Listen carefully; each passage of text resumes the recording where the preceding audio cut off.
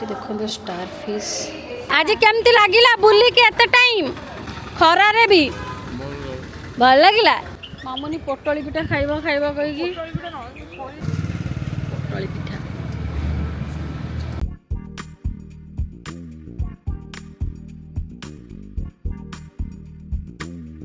जय जगन्नाथ सांग मैंने welcome to my new blog first time in history मु पूरा रेडी हो जाइए फुल्ली रेडी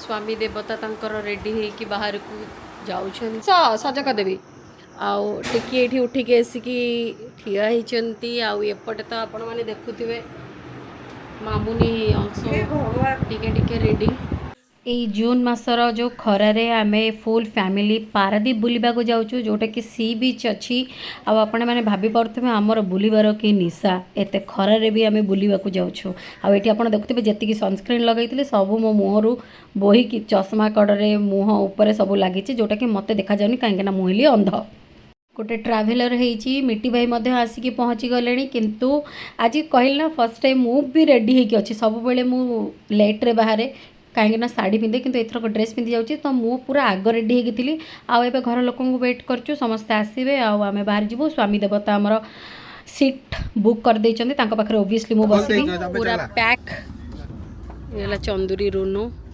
मामुनी चंदुरी टिकी चंदुरी ना टिकटा मोर भलटालो आउ पूरा लास्ट बसलु मु सागर आउ रानी आउ भगवान को स्मरण करी आम जर्नी स्टार्ट हैला आउ सीधा पहुँचलु चंकड़बासिनी माँ साराळंक पाखरे मोर बहुत इच्छा थिला माँ साराळंक दर्शन करबा पई किंतु केबे भी सुजोग मिली नथिला जा हो आजिर एई ट्रिप रे बहुत भलो भाबरे दर्शन हैला समस्ते दर्शन सारी की फेरिलु जेहेतु किछि खाई नथिलु सेति पई से पाखरे जहा थिला जेमति थिला टिके टिके समस्ते खाई देलु खाई सारला परे पुणी स्टार्ट हो गला जर्नी पारादीप पई आउ बाटरे जाऊ जाऊ आमर नाच नहले तो हबनी गाड़ी रे तो एते स्पेस नथिला सेति लागि आमे बसी बसी जेतिके एन्जॉय करबा कथा बहुत भलो भाबरे कलु नाच गीत रे हमको टाइम जाना पड़लानी आउ आमे पहुंच जाइतलु पारादीप रे पोर्ट को जीवा पई हमर पास मध्य आगुरु हे जाइतला किंतु पूर्व दिन किछि गोटे एक्सीडेंट कारणरू सेठारे एंट्री करबा बंद कर देइथिले सेति पई आमे चललु सीधा सी बीच भाबन तो 48 डिग्री सेल्सियस रे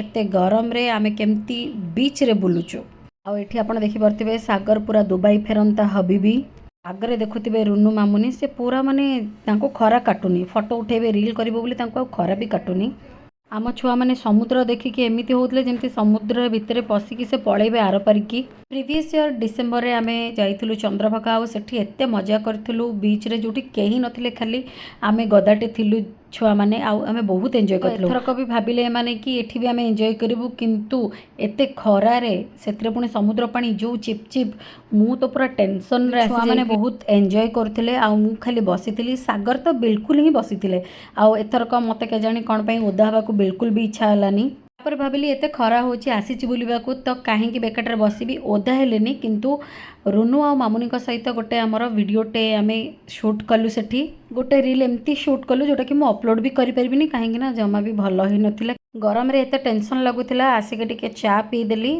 तापरे आमे बाहरी गलो पाखरे थिबा एक एक्वेरियम को ठीक से ओल्हे चुकी ना रुनुंकर गोड़ मोड़ी हो गला तापर आम ये टिकेट कलु समस्त बुलिलु आ रुनु को गोटे चेयर दिगला से सेठारे बसिले एक्वेरियमटा बहुत भल लागिला विभिन्न प्रकार माछ आ जी थिले गाइड थिले से हमको बहुत भल भाबरे बुझे बुझे कहूथिले कि को माछ केते इंपोर्टेड आउ केते टंका माने बिजनेसमैन माने को माछ रखंती से सब बुझौथिले आ गोटे अद्भुत माछ एठी देखंतु जे कि डांस करूची आसला पर एठी मु सान बो को देखौथिली जो नवा ब्लॉगिंग कैमेरा तार केमती यूज मु करूची देख मो पुआ देला देखिलु तापर आसिके आमे पहुंच जाइथिलु पाख रेस्टोरेंट रे जहाँ ना थिला पोर्ट साइड सेल्स तो एठी ऑलरेडी डैडी केते दिन आगरु हमर जेबे आसीबार थिला डेट फिक्स हेतिला सेबेटू ऑलरेडी हमर कुहाई जाइतिला जे हमर कोन मेन्यू रे रहिबो जेमति कि मते छाडी कि समस्त नॉन वेज खाइले प्राय समस्तंकर थिला कंकड़ा चिंगुड़ी आउ पाम्पलेट माछ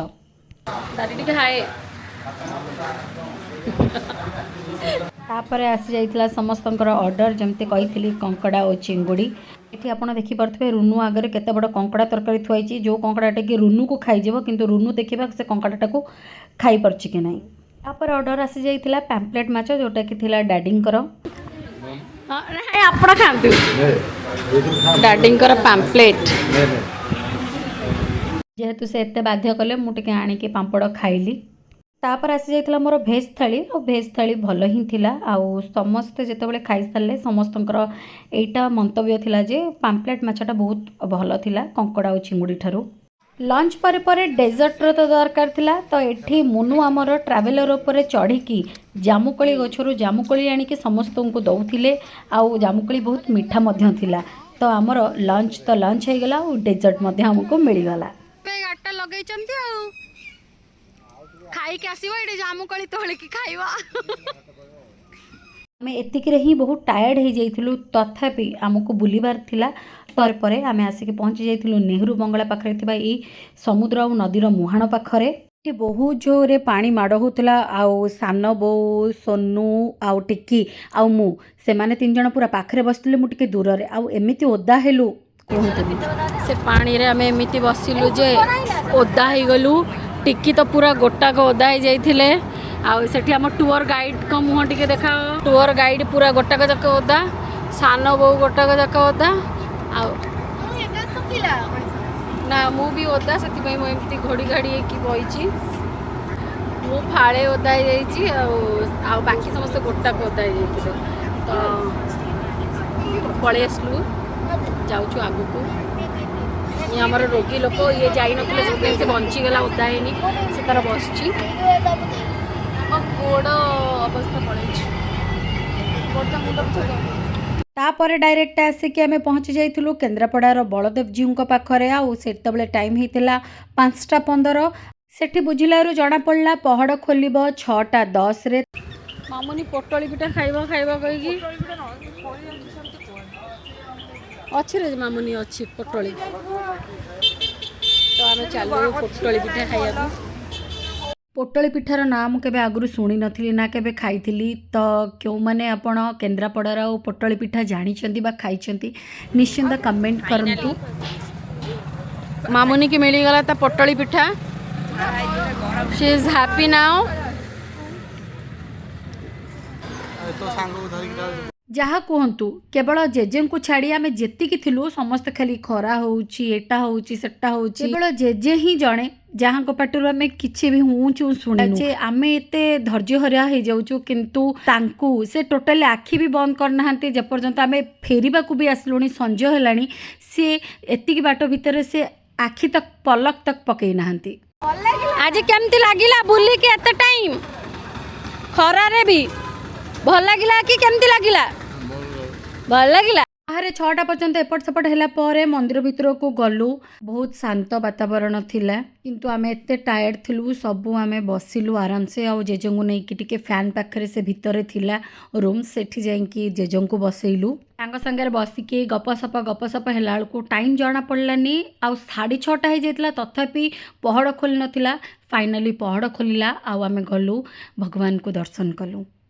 ଭିତରେ ହ୍ୱିଲ୍ ଚେୟାର ଆଲାଉ ନଥିଲା। ଆଉ ସେମାନେ କହିଲେ କି ଭିତରେ ମଧ୍ୟ ଆମର ଚେୟାରର ବ୍ୟବସ୍ଥା ଅଛି, କିନ୍ତୁ ଦେଖିଲା ବେଳକୁ ଭିତରେ ନଥିଲା। ଆଉ ଏତେ ବଡ଼ ମନ୍ଦିରର ଗୋଟେ ପରିକ୍ରମା କଲାବେଳକୁ ଜେଜେଙ୍କର ଅଣ୍ଟା କଣ ହେଇଗଲା। ବହୁତ କଷ୍ଟ ଲାଗୁଥାଏ ଯେ ମନ୍ଦିର ଭିତରେ ଏମିତି ବ୍ୟବସ୍ଥା ନାହିଁ ବୃଦ୍ଧ ଲୋକଙ୍କ ପାଇଁ। ଆମେ ତାଙ୍କୁ ଯେତେ କଷ୍ଟମଷ୍ଟେ ବହୁତ କଷ୍ଟରେ ଧରିକା ବାହାରକୁ ଆଣିଲୁ। ଆଜିର ଦିନଟି ଆମର ବହୁତ ଭଲରେ କଟିଲା। ଆଇ ନୋ ଏତେ ଖରା ଥିଲା, କିନ୍ତୁ ତଥାପି ଆମେ ବହୁତ ଏନ୍ଜୟ କଲୁ, କାହିଁକିନା ଆମ ଫ୍ୟାମିଲି ଆମ ସାଙ୍ଗରେ ଥିଲେ ଆଉ ସମସ୍ତେ ଏକାଠି ବୁଲିବାକୁ ଯାଇଥିଲୁ ବହୁତ ଦିନ ପରେ। ଯଦି ଆପଣମାନଙ୍କୁ